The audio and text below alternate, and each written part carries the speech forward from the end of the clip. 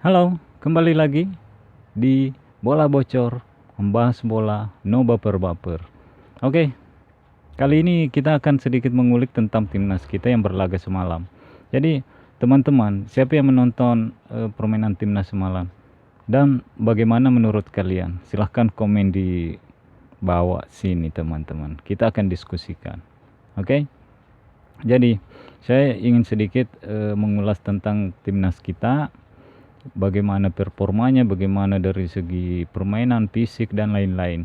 Oke, kita mulai dulu dari segi pertandingannya, teman-teman.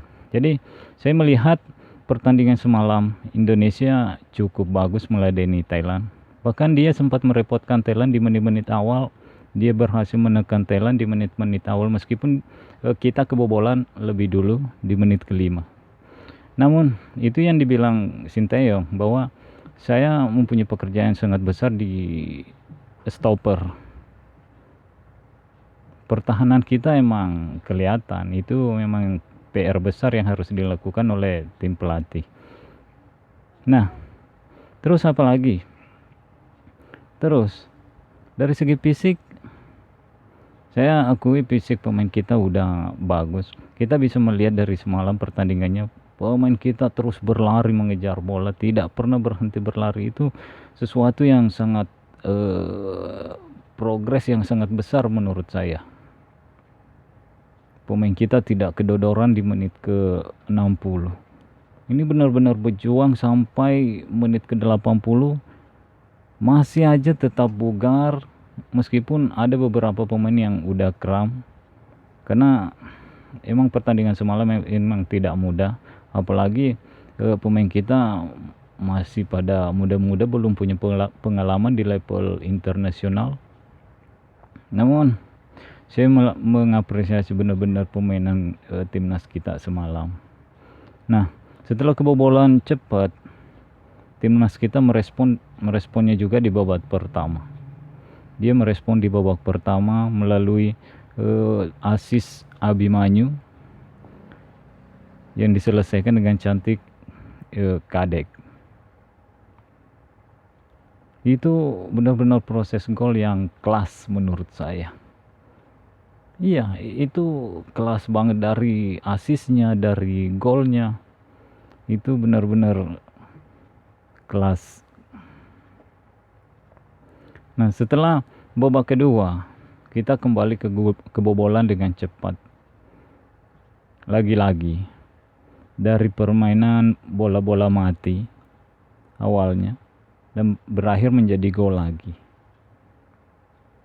Ya benar, seperti yang dibilang pelatih kita ya, yang dikasih tahu Sinteyong emang benar. Dari segi pertahanan stopper emang benar-benar itu PR yang besar yang harus dikerjakan.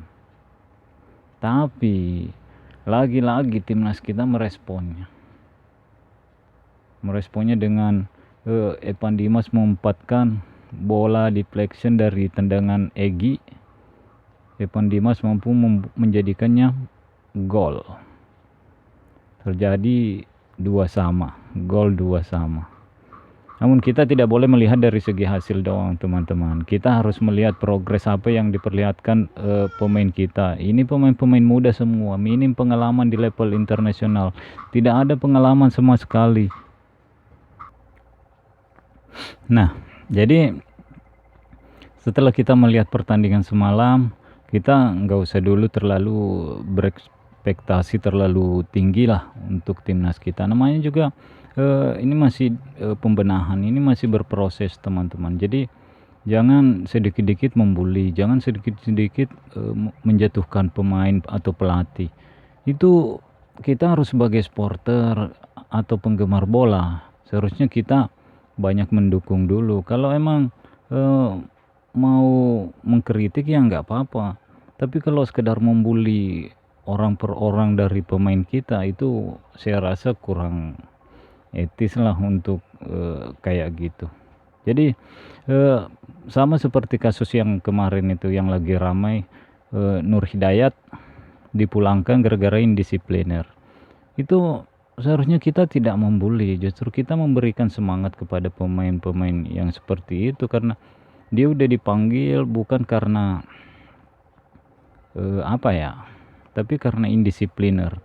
Seharusnya kita harus memberikan motivasi atau memberikan semangat bahwa untuk membela timnas Indonesia, kalian harus punya dedikasi tinggi, punya profesional yang tinggi, punya disiplin yang tinggi. Karena pelatih kita sekarang, meskipun kamu punya nama, tapi kalau tidak mempunyai disiplin yang tinggi, dia akan mendepak kamu dari skuadnya. Karena kenapa?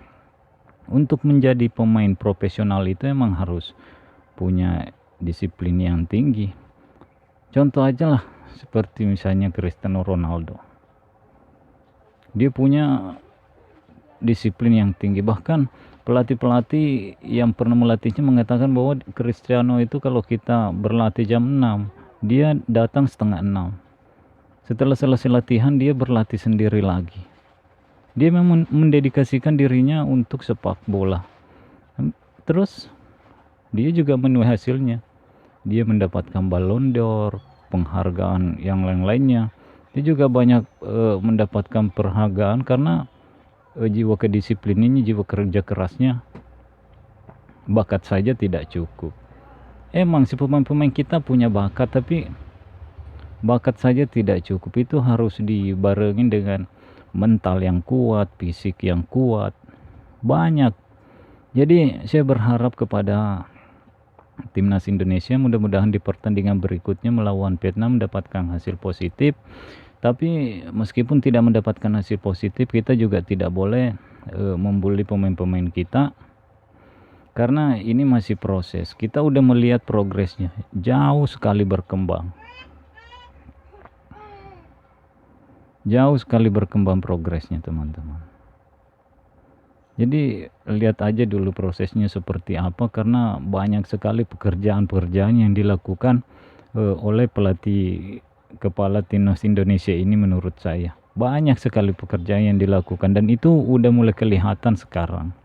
Jadi untuk timnas Indonesia, semoga bisa menampilkan permainan terbaik dan mendapatkan hasil yang lebih baik. Namun meskipun tidak mendapatkan hasil di pertandingan berikutnya atau hasil yang positif, kita tetap harus mengapresiasi anak-anak muda ini. Oke. Udah dulu di bola bocor-bocor ini. Kita hanya membahas bola tanpa baper-baper. Oke.